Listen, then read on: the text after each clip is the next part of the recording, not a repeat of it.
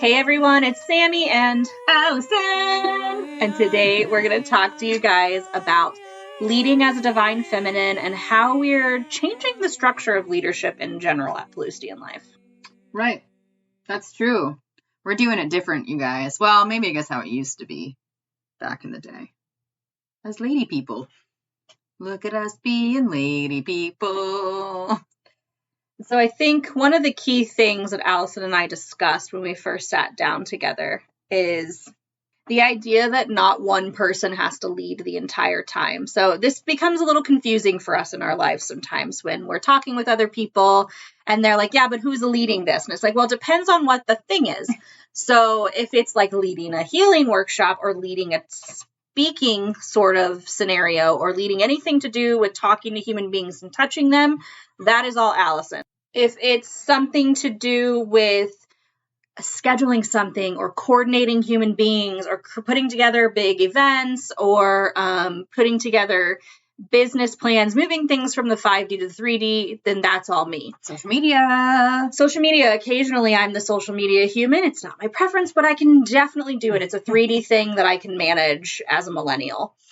And so this becomes interestingly confusing to others because there are also times at events where we will let people that are in the tribe lead, right? Find your path. The first day, the opening meditation was done by Allison. The second day, Allison had something going on, something extremely important. And our friend Tiffany Fitzpatrick got to take the lead on that. So it's really important to us, especially if we're creating these community settings, that different members of the community get to lead at different times. Mm-hmm. And this sometimes we've noticed causes some dissonance within people's understanding because we're really used to, as a society, as Americans, we're really used to the idea of there being one major leader and everyone else kind of falls in line with that person. It's kind of like a very militaristic outlook on the way things are supposed to go. And as the divine feminine, we're just not going to lead the way that Mars does, right? This is where it gets really interesting and what we wanted to talk to you about today. Something that we're both so passionate about is encouraging others to use their voice, and also to encourage each other to not only just use our voice, but to honor our boundaries and no's. So this past year, we've spent a lot of time really getting to know each other, and really being able to express our yeses and nos and honor them, which has been really fun. Getting to know our quirks and our cycles and our families and really allowing us to mesh in a sense. And that's really what happened and something that we're really interested in. What's really beautiful about it is that neither of us are pressured to be the leader all the time, or the spokesperson, if you will, or the contact person or any of that. It does, however, it really does make it confusing because we're not used to that, right? That way. Well, I mean, we used to roll that way, like in the sister wife tribes, and especially if you guys have been following along the Unseen package of, one unit moving as one, knowing each other's, gifts and whatnot. And that made for such an allowance of growth for the overall collective. And that's just something that we're really intrigued by and passionate about, and also upping our own personal kind of clairs, because everybody can do this, right? Everybody can connect with each other. We're just another us. So there was a lot of reprogramming and rewiring we've spent on saying, oh, hey, you're just another me. I see you. I see me. Be you, be me. So like a perfect example, which works out really well for us, is that Sammy's extremely level-headed and I am not. I can be, but I've learned that, right? So part of my beautiful blueprint is I tend to feel emotions intensely. I go through them intensely. I release them, and that's it, sort of situation. Unless it's really in there, then it kind of comes up over and over again. So because of the way Sammy approaches things, she was really able to help me work through all of that part of emotional part in an analytical sense, So it allowed our brains and our hearts to come together, and we were able to really work through just emotions. And she was very aware that I'm an extremely emotional human being.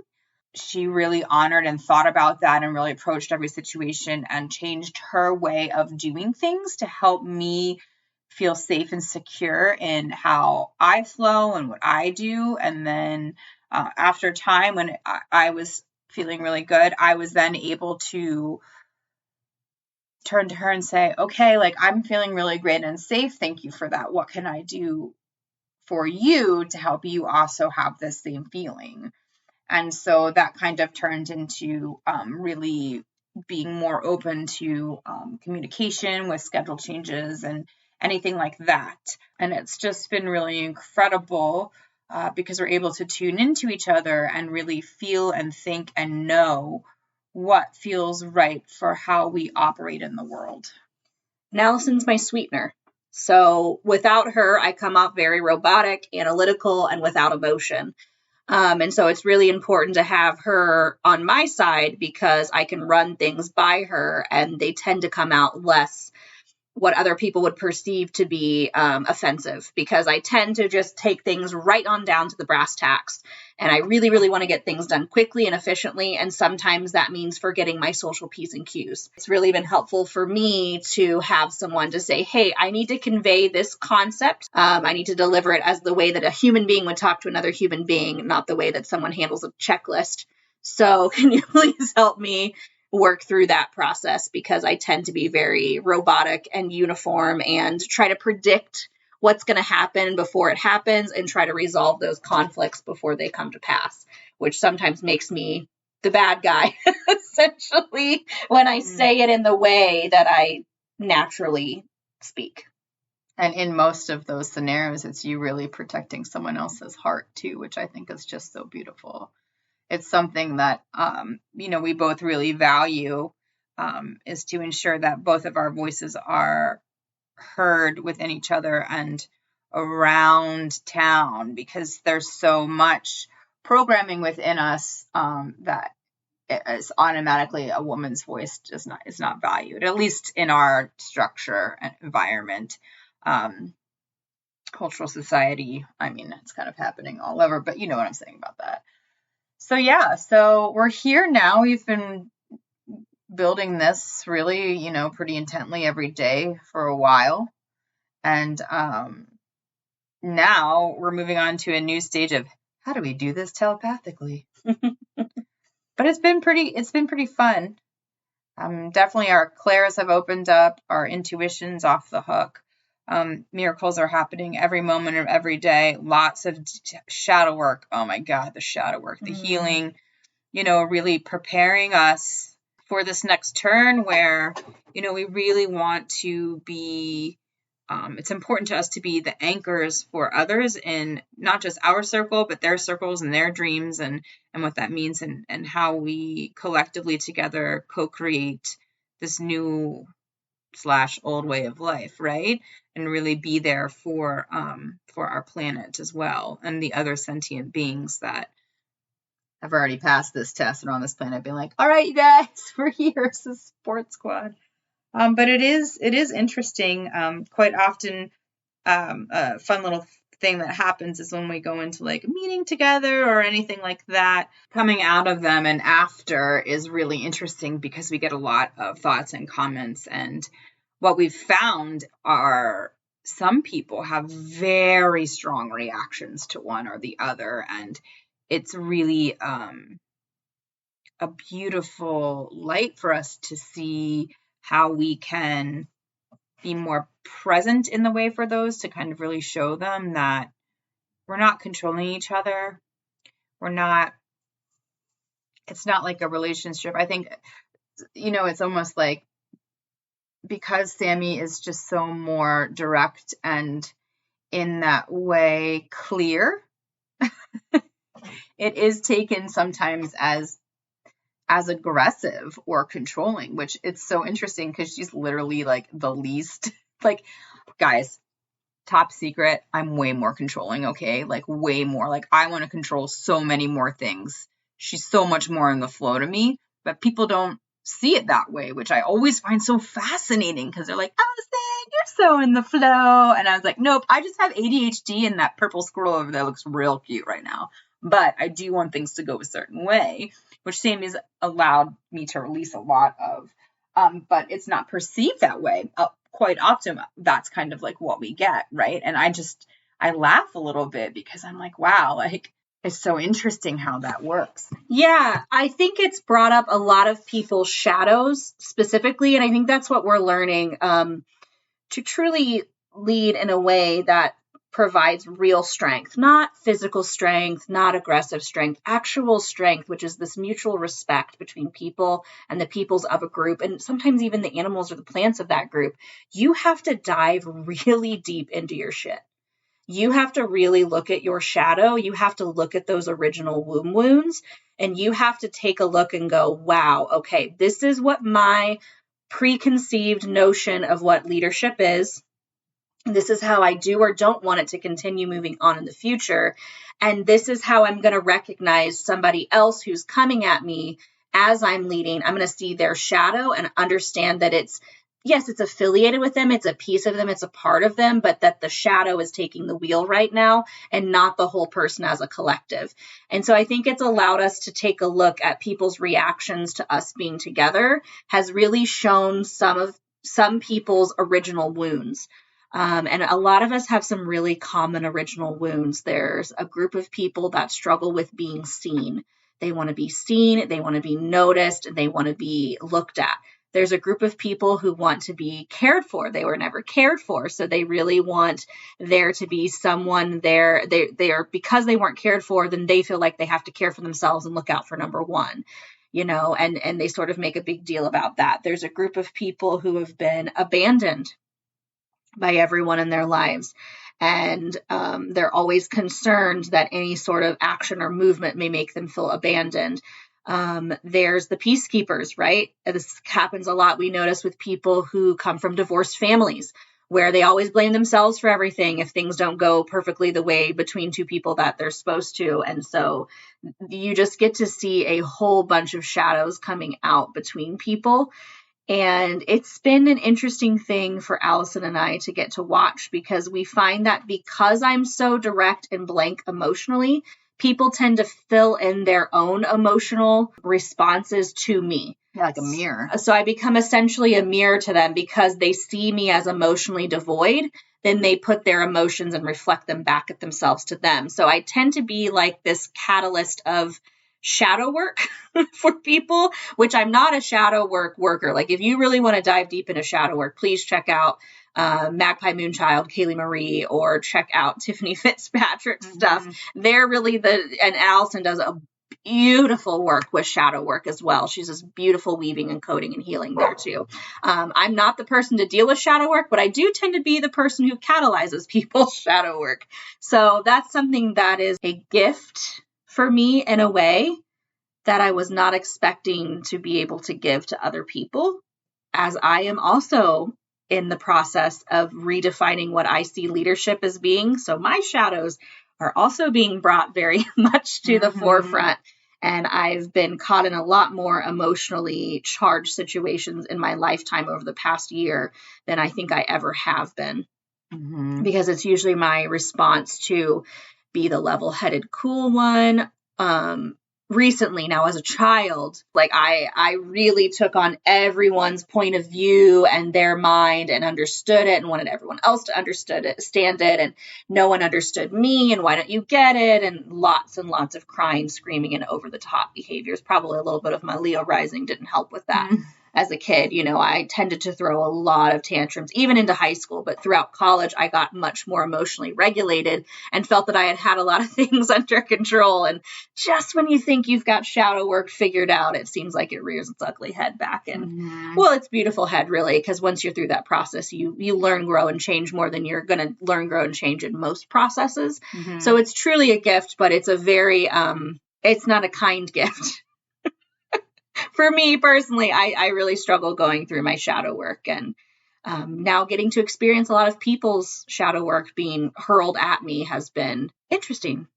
on a curiosity level, it's been really interesting for me, and sometimes sad and sometimes frustrating and sometimes exciting to watch them get to work through it and change and come out better on the other side.